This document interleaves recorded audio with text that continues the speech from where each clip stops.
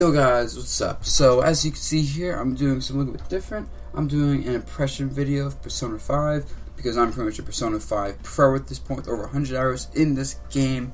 You know, best Persona 5 player in the world. I want to get my thoughts on this game. And yeah, let's get into it. You know, it's game is about basically a group of teenagers who goes into people's hearts and steals them, which is basically it's opposite from being evil.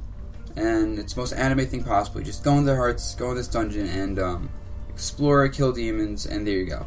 And so, combat of this game is pretty cool.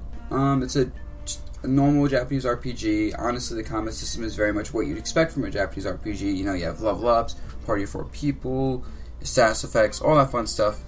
Thing that separates this game's combat system is one-more turn system, where basically hit an enemy's weakness, whether it's fire, ice, whatever it is, or you get a critical hit, and you'll knock the enemy down, and you get an extra turn with that character you use for the hidden weakness. You can also pass the turn to other characters, so you can like knock down an enemy, and then swap to another character, hit down another enemy, and keep this chain going. Every time you do that, you get stronger attacks as well. And this game is pretty much built around getting those knockdowns. When you knock down all the enemies, you initiate something called I just call it dialogue, where basically you talk to an enemy, and you can mug them for the items or the money, or you can use your natural born charisma to get them to join your squad and become one of your demons, your personas, whatever you want to call it. And also when you talk to the enemies have different personalities. So like, and demons are weird.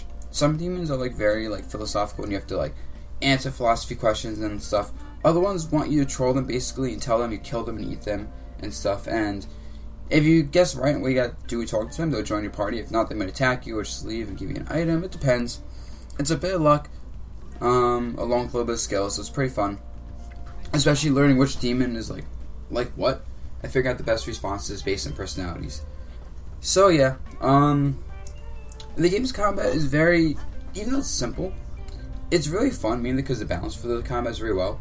Like, throughout my 100 hours with this game, I never found myself having a battle that was too difficult, but I really never found myself in situations where like the battles were getting too easy, with maybe a couple exceptions where like I figured out a good build and I just kind of like destroyed some enemies or some mini bosses. But yeah, and the mini bosses and bosses are really fun. For the most part, they're all pretty unique. You know, you have to approach them each with a special strategy. And honestly, most time you run into a mini boss or regular boss, you're gonna get bodied, handled, whatever it is. So it does require you to think a lot. And I think one of the biggest things about this game is that a lot of the game is built around resource management, as I'll talk about a bit more, but basically you have SP, which is for magic, and you can't really hit weaknesses or stuff, or like even do good damage without SP. But SP is limited. You can't just buy SP healing items unless you want to spend like exorbitant amount of money on it. So like, you're gonna have very little SP, you have to use that properly. You know, you can't just afford to like burn it on like AoE magic attacks early game, because then you won't be able to actually kill things. So you gotta save it for hitting weaknesses, finishing off enemies, all that stuff. And HP, actually, use your physical skills by burning your HP, so a lot of times that's much more efficient, but the trade-off for that is you can't hit weaknesses for elements with physical attacks. So like, instead of using your HP, you can just dive and an enemy hits you because you can kill them, and you use all your HP on physical attacks.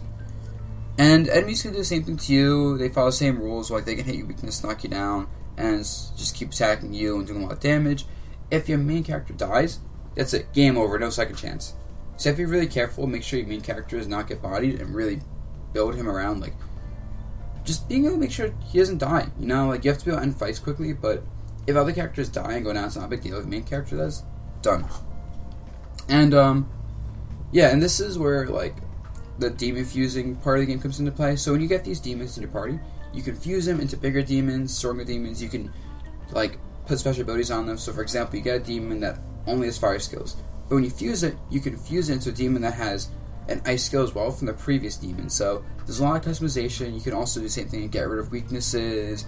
And you basically have full customization over your main character's demon. So, and you can swap out where you're using mid-fight. So, you're going to be having a party of a lot of demons for your main character, and using that to like supplement your other character's strengths, weaknesses, and just deal with the dungeon. Dungeons in this game are really long, with I'd say the average one taking from like 3 to 5 hours depending on the dungeon, how good you are at it. So yeah, you could also rush through a dungeon, not fight enemies much, but then you'll be heavily under-leveled and stuff, so you pretty much have to fight all the enemies. And, when it comes to main combat and, like, mob encounters, they're pretty forgiving, they're not too crazy, unless you make a mistake and get, like, ambushed by an enemy and they just start, like, murdering your face in.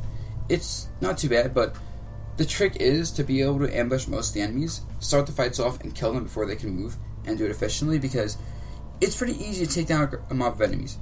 But taking down 10 of them in a row starts getting tricky when you start running out of SP, and then you figure out you might not be able to hit everything's weakness and cause a free, like, all-out attack at the start of the fight. So it's like, you sacrifice SP and try and get away with the next fight without SP? Do you try to get risky and not burn SP and kill them with physical attacks and hope they don't get, like, a lucky crit or just kill you before you can kill them? And it becomes a very interesting balance. I think that's where a lot of the fun for this game comes in, for the dungeon crawling.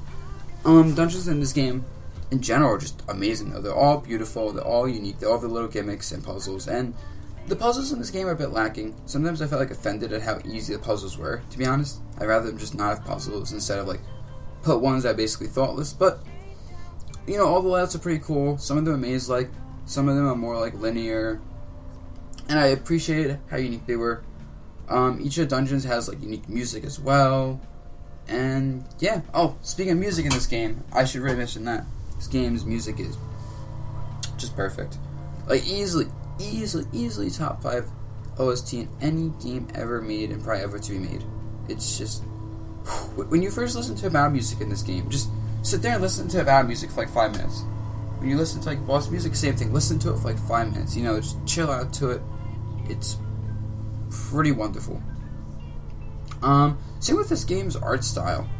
It's like you look at this game and you're just like, wow, this is beautiful. All the colors are vibrant. All the animations, even the menus are style, like have style on them. It's pretty insane how much love and care went into this game's aesthetics, and it really shows. And you know, it makes the 100+ hours of this game, it never feels repetitive or boring or anything, because you always see new things, and it's always beautiful stuff. And that's just the in-game dungeon crawling, and then getting to the after dungeon. So this game has essentially 2 sections, and I describe this game personally as a dungeon crawling, monster hunting, and demon fusing anime school life visual novel simulator. Oh, and I forgot to put romance harem simulator as well in there. But yeah, so there's a lot of stuff. And so outside of dungeons is where most of the story stuff happens, and the characterization, and basically all the dialogue will happen. And so you have a time system in this game. You have just normal days in a month, and you have a limited amount of time to do everything you want to do, and there's not nearly enough time in the game to do it all.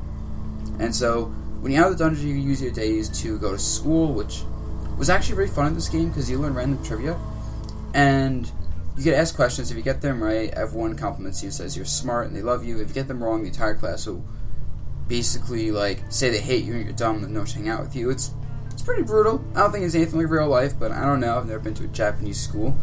But yeah, so you get asked questions and you learn a bit of trivia. Like they give like a little history lesson on like a character such as Nobunaga, and then you get asked a question on like a random thing based on what they told you. It's like kind of hints. Sometimes you know it, sometimes you won't. Sometimes you just guess right. Sometimes you can figure it out based on the hints in the discussion beforehand.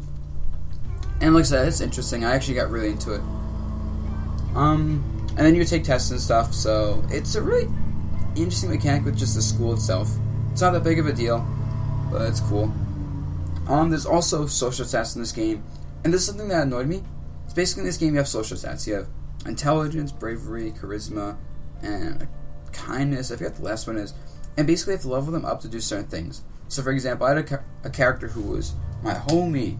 You know, me and this person were great friends in the game.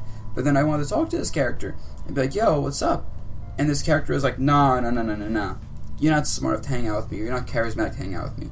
And I'm like, damn, that's rude. But yeah. So this game really forces you to constantly level the stats up to do things.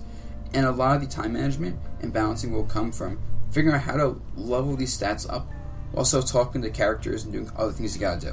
Because everything in this game takes time. Whether it's doing your laundry, which gets you new armor you find from dungeons, whether it's going to like a batting arena, which is just for fun, whether it's going to movies, which levels up stats. Everything's gonna burn time. Most days you have like 2 sections of time, and different characters and events going to happen at certain times. It's like a lot of characters only available like on certain days of the week, or at certain times on those days. And it becomes a balancing act of knowing who you can talk to when. And when you talk to these characters, you build things called social links. Basically, social links, every character has its own little story, and as you get to talk to them more, you learn more about their story. And yeah, they all have very unique plots. They're all very interesting characters, whether like your main party characters or side characters.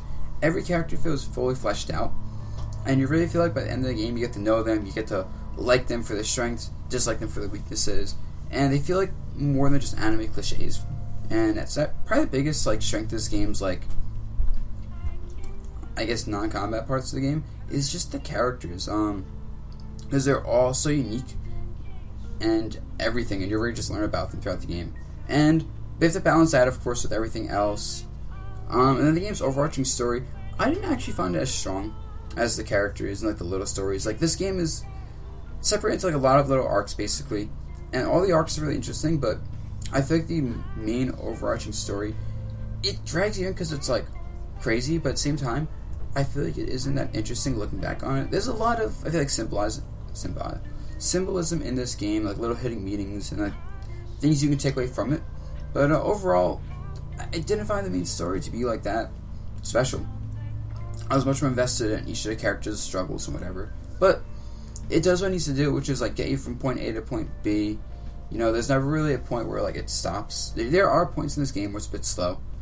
Like, and that's another thing I don't like about the game, is that you would spend like 6 hours in this game, like doing dungeon crawling, for example, and then go like 6 hours into like talking to people and that kind of stuff using your daytime and not really combat. And so that's where the visual novel part of the game comes in, is that it's very text heavy, very story character heavy, so you have to be willing to just sit down and like read stuff for like hours at a time. But like I said, you get invested into it, so it's not that bad. And like I said, you don't have enough time to talk to everyone, so you have to figure out who you want to talk to the most, who you like the most. Talking to characters also gets you special abilities for combat. Like, they might be able to follow up on an attack you do and kill an enemy when you attack. Or they might be able to, like, give you a new ability in combat, like escaping easier. And yes, each character has different things and reasons to talk to them, and it's pretty cool. And also in this game, I guess the last thing to talk about is when I mentioned resource management, time management.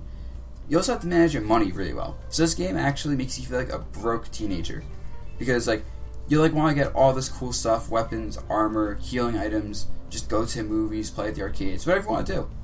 You know, you just go and eat at a restaurant, but you don't have the money for it. You're gonna like get one weapon and be like, I'm broke now. This weapon better have been worth it. It's almost like real life, except in real life, it's, for me, it was video games when I was that age. But yeah, so it's pretty cool because you always think about what is the best thing for you to get, what's the best way to spend your money. Sometimes you might just want to save it anyway because you want to wait to see something better later on. And like, you can always grind this game for money and stuff, but it's not that easy to just grind. You know, you don't always want to because that can kind of break the game. So I feel like you're just playing at a normal pace without grinding heavily. You're going to find yourself very limited, but in a way that makes you think about what you're buying. You know, maybe you should buy the healing item instead. That's kind of rare in case you need it for a boss. Also, speaking about the dungeons, I should mention, you can't just go in dungeons infinitely, because when you go into a dungeon, you don't get your SP back for like magic until you leave the dungeon. But going to a dungeon burns your entire day. So if you go into a dungeon 5 times, you'll have 5 days lost, which is 5 days to be spent, you know, doing everything else. So there's that balance there. And yeah, overall, I really liked the game.